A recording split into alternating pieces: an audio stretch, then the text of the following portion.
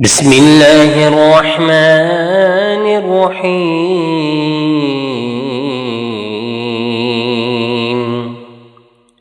الحمد لله الذي أنزل على عبده الكتاب ولم يجعل له عوجا قيما لينذر بأسا شديدا من لدنه ويبشر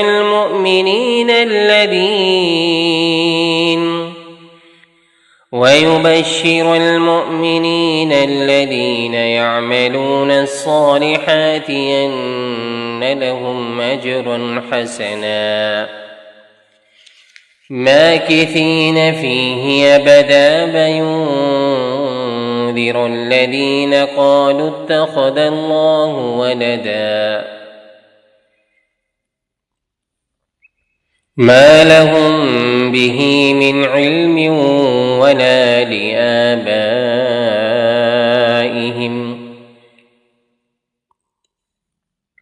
كبرت كلمة تخرج من أفواههم إن يقولون إلا كذبا فلعلك باخع نفسك على آثارهم إن لم يؤمنوا بهذا الحديث أسفا إنا جعلنا ما على الأرض زينة لها لنبلوهم أيهم أحسن عملا وإنا لجاعلون ما عليها صعيدا جرزا أم حسبت أن أصحاب الكهف والرقيم كانوا من آياتنا عجبا إذ أوى الفتية إلى الكهف فقالوا ربنا آتنا من لدنك رحمة وهيئ لنا من أمرنا رشدا فضربنا على آذانهم في الكهف سنين عددا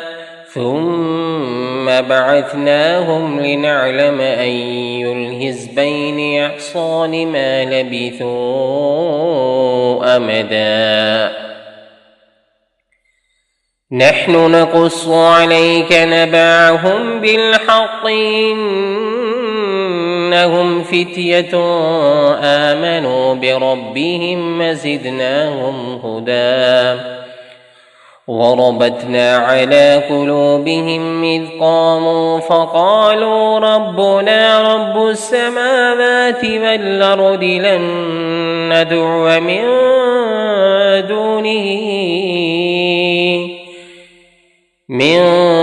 دونه إلها لقد قلنا إذا شططا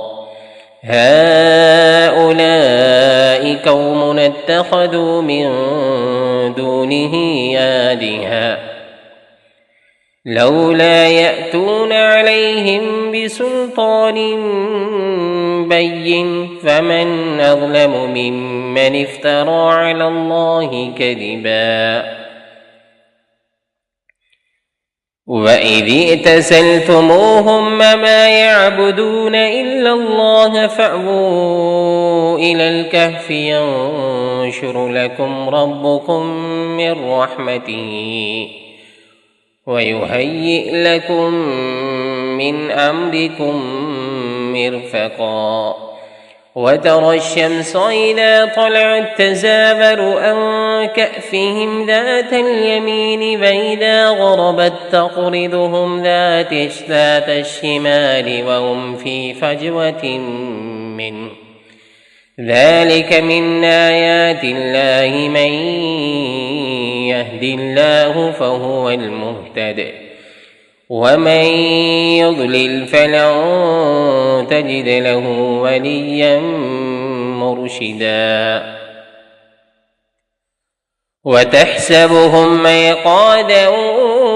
وهم ركود ونقلبهم ذات اليمين وذات الشمال وقلبهم باسط ذراعيه بالوصيد لو اطلعت عليهم لوليت منهم فرارا ولملئت منهم رعبا وكذلك بعثناهم ليتساءلوا بينهم قال قائل منهم كم لبثتم قالوا لبثنا يوما أو بعض يوم قالوا ربكم أعلم بما لبثتم فابعثوا أحدكم بورقكم هذه إلى المدينة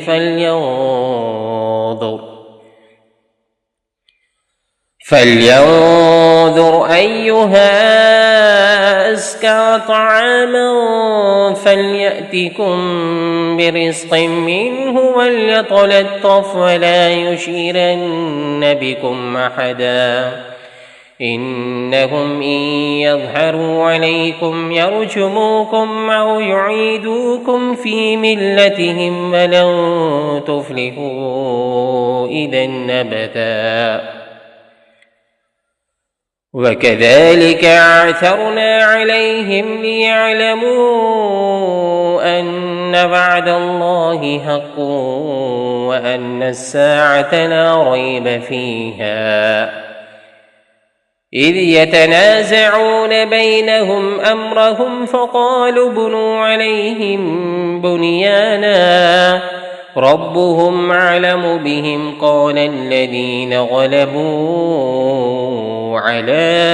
أمرهم لنتخذن عليهم مسجدا سيقولون ثلاثة رابعهم كلبهم ويقولون خمسة سادسهم كلبهم رجما بالغيب ويقولون سبعة وثامنهم كلبهم قل ربي أعلم بعدتهم ما يعلمهم إلا قليل فلا تمار فيهم إلا مراء ظاهرا ولا تستفت فيهم منهم أحدا ولا تقولن لشيء إني فاعل ذلك غدا إلا أن يشاء الله واذكر ربك إذا نسيت وقل عسى أن يهديني ربي لأقرب من هذا رشدا ولبثوا في كهفهم 300 سنين وازدادوا 9 قل الله أعلم بما لبثوا له غيب السماوات والأرض أبصر به وأسمع ما لهم من دونه من ولي ولا يشرك في حكمه أحدا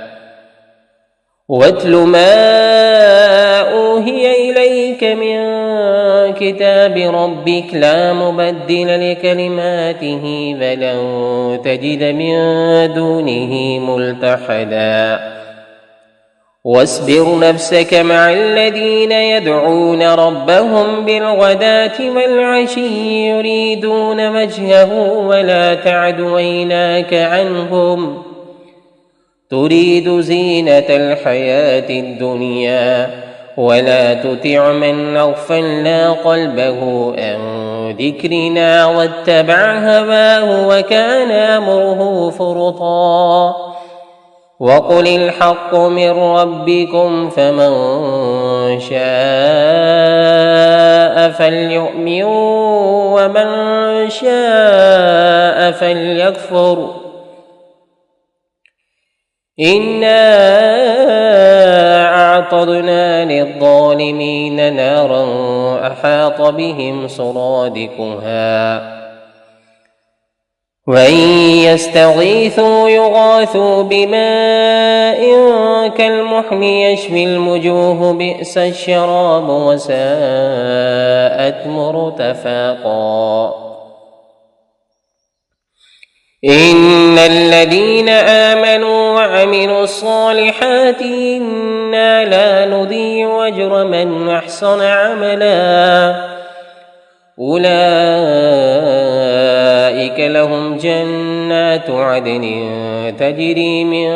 تحتهم الأنهار يحلون فيها من أساور من ذهب ويلبسون ثيابا خضرا من سندس واستبرق متقين فيها على الأرائك نعم الثواب وحسنت مرتفقا واضرب لهم مثل الرجلين جعلنا لأحدهما جنتين من أعناب وحففناهما بنخل وجعلنا بينهما زرعا كلتا الجنتين آتت أكلها ولم تظلم منه شيئا وفجرنا خلالهما نهرا وكان له ثمر فقال لصاحبه وهو يحاوره أنا أكثر منك مالا وأعز نفرا ودخل جنته وهو ظالم لنفسه قال ما أظن أن تبيد هذه أبدا وما أظن الساعة قائمة ولئن رددت إلى ربي لأجدن خيرا منها منقلبا قال له صاحبه وهو يحاوره أكفرت بالذي خلقك من تراب ثم من نطفة ثم سواك رجلا لكنه الله ربي ولا أشرك بربي أحدا ولولا إذ دخلت جنتك قلت ما شاء الله لا قوة إلا بالله إن ترني أنا أكل منك مالا وولدا فعسى ربي أن يؤتيني خيرا من جنتك ويرسل عليها حسبانا من السماء فتصبح صعيدا زلقا أو يصبح ماؤها غورا فلن تستطيع له طلبا وأحيط بثمره فأصبح يقلب كفيه على ما أنفق فيها وهي خاوية على عروشها ويقول يا ليتني لم أشرك بربي أحدا ولم تكن له فئة ينصرونه من دون الله وما كان منتصرا هنالك الولاية لله الحق هو خير ثوابا وخير نقبا واضرب لهم مثل الحياة الدنيا كماء إن أنزلناه من السماء فاختلط به نبات الأرض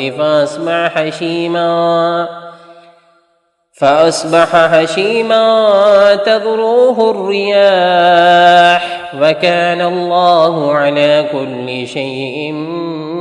مقتدرا المال والبنون زينة الحياة الدنيا والباقيات الصالحات خير عند ربك ثوابا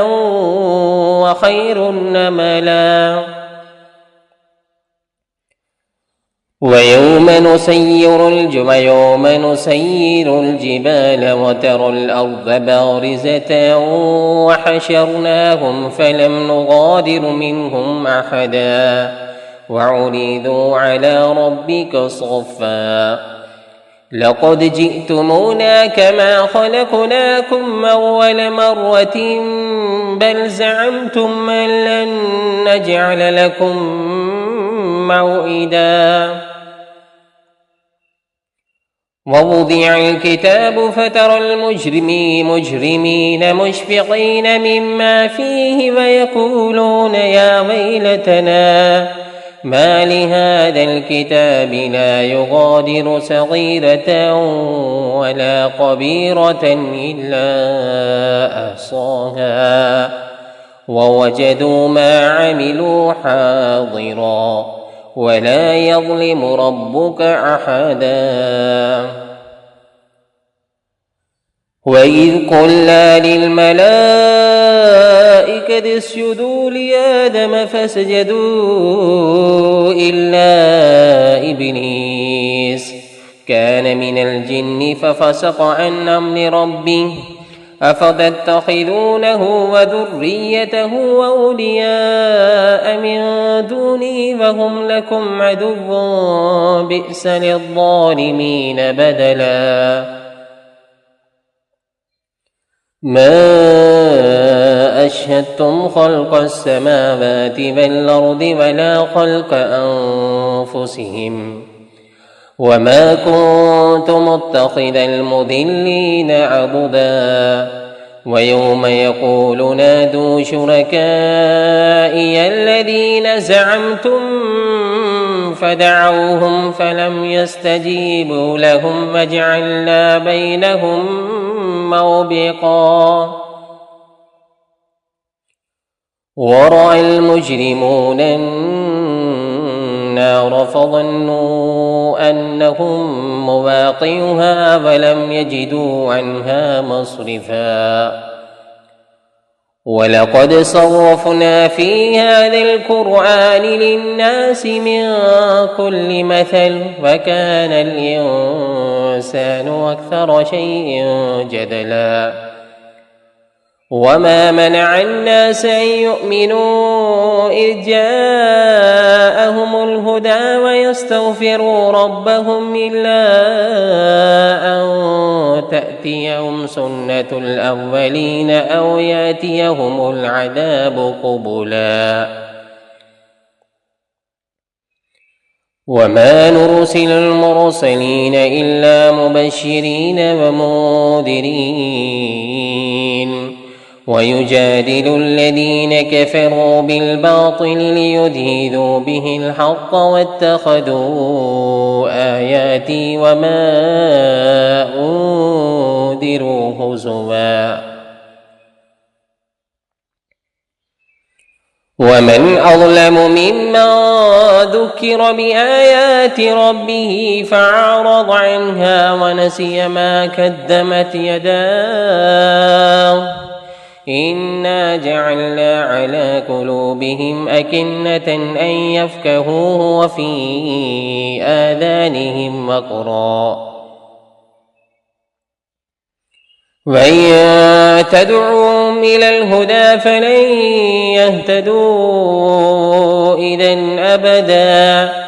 وربك الغفور ذو الرحمة لو يؤاخذهم بما كسبوا لعجل لهم العذاب بل لهم موعد لن يجدوا من دونه موئلا وتلك القرى أهلكناهم لما ظلموا وجعلنا لمهلكهم موعدا وإذ قال موسى لفتاه لا أبرح حتى لا أبرح حتى أبلغ مجمع البحرين أو أمضي حقبا. فلما بلغا مجمع بينهما نسيا حوتهما فاتخذ سبيله في البحر سربا. فلما جاوزا قال لفتاه آتنا غداءنا لقد لقينا من سفرنا هذا نصبا. قال أرأيت إذ أبينا إلى الصخرة فإني نسيت الحوت وما أنسانيه إلا الشيطان أن أذكره واتخذ سبيله في البحر عجبا. قال ذلك ما كنا نبغي فارتد على آثارهما قصصا. فوجدا عبدا من عبادنا آتيناه رحمة من عندنا وعلمناه من لدنا علما. قال له موسى هل أتبعك على أن تعلمني مما علمت رشدا. قال إنك لن تستطيع معي صبرا وكيف تصبر على ما لم تحط به خبرا. قال ستجدني إن شاء الله صابرا ولا أعصي لك أمرا. قال فإن اتبعتني فلا تسألني عن شيء حتى أحدث لك منه ذكرا.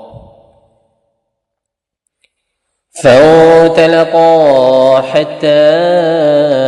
إذا ركبا في السفينة خرقها قال خرقتها لتغرق أهلها لقد جئت شيئا إمرا. قال ألم أقل إنك لن تستطيع معي صبرا.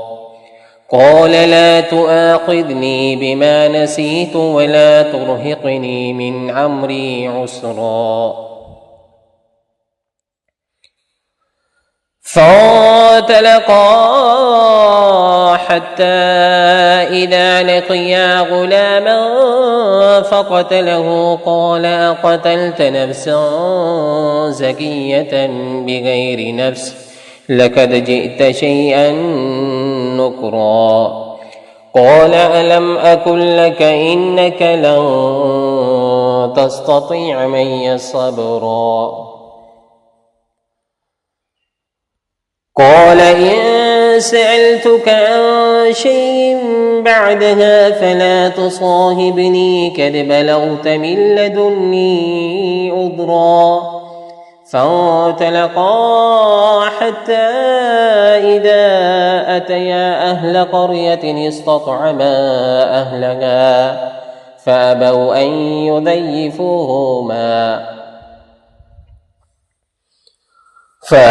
أن يضيفوهما فوجدا فيها جدارا يريد أن ينقض فأقامه. قال لو شئت لاتخذت عليه أجرا. قال هذا فراق بيني وبينك سأنبئك بتأويل ما لم تستطع عليه صبرا. أما السفينة فكانت لمساكين يعملون في البحر فأردت أن أعيبها فكان وراءهم ملك يأخذ كل سفينة غصبا. وأما الغلام فكان أبواه مؤمنين فخشينا أن يرهقهما طغيانا وكفرا فأردنا أن يبدلهما ربهما خيرا منه زكاة وأقرب رحما. وأما الجدار فكان لغلامين يتيمين في المدينة وكان تحته كنز لهما وكان أبوهما صالحا فأراد ربك أن يبلغا أشدهما ويستخرجا كنزهما رحمة من ربك وما فعلته عن أمري ذلك تأويل ما لم تسطع عليه صبرا ويسألونك عن ذي القرنين قل سأتلو عليكم منه ذكرا إنا مكنا له في الأرض وآتيناه من كل شيء سببا فأتبع سببا حتى إذا بلغ مغرب الشمس وجدها تغرب في عين حمئة ووجد عندها قوما قلنا يا ذا القرنين إما أن تعذب وإما أن تتخذ فيهم حسنا قال أما من ظلم فسوف نعذبه ثم يرد إلى ربه فيعذبه عذابا نكرا وأما من آمن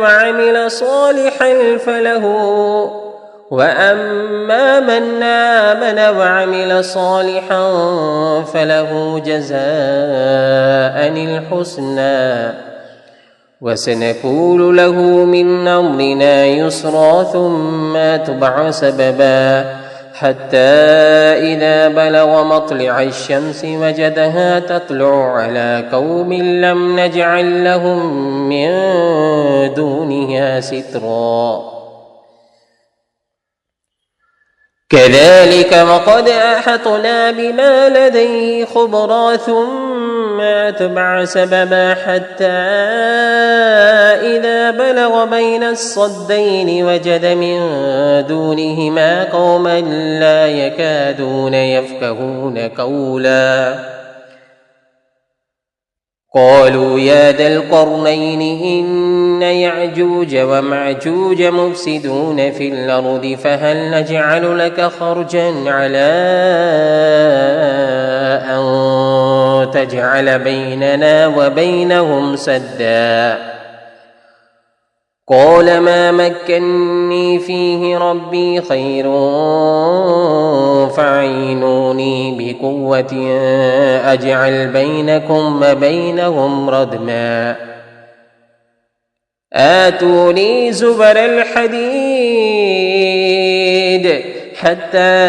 إذا ساوى بين الصدفين قال انفخوا حتى إذا جعله نارا قال آتوني أفرغ عليه قطرا فما استطاعوا أن يظهروه وما استطاعوا له نقبا قال هذا رحمة من ربي فإذا جاء وعد ربي جعله دكاء وكان وعد ربي حقا وتركنا بعضهم يومئذ يموج في بعض ونفخ في الصور فجمعناهم جمعا وعرضنا جهنم يومئذ للكافرين عرضا الذين كانت أعينهم في غطاء عن ذكري وكانوا لا يستطيعون سمعا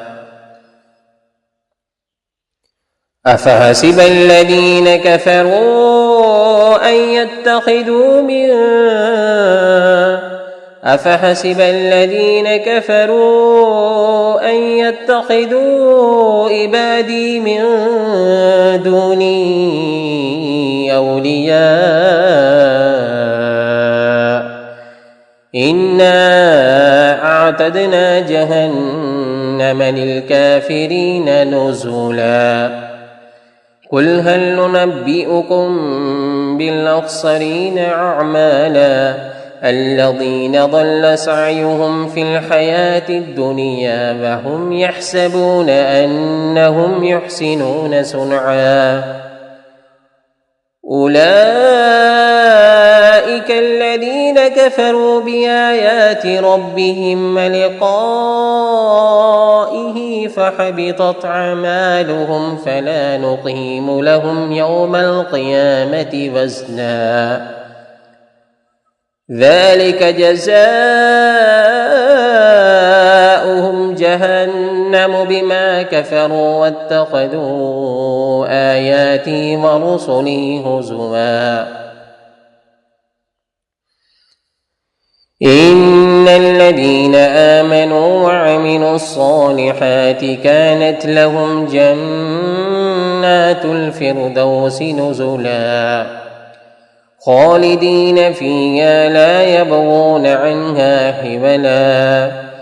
قل لو كان البحر مدادا لكلمات ربي لنفد البحر قبل أن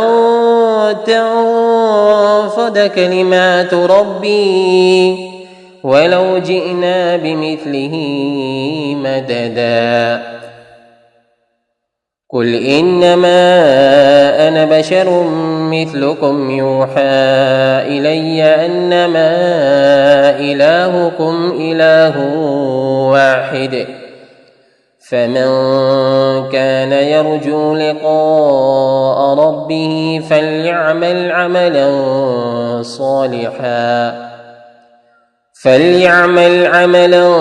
صالحا ولا يشرك بعبادة ربه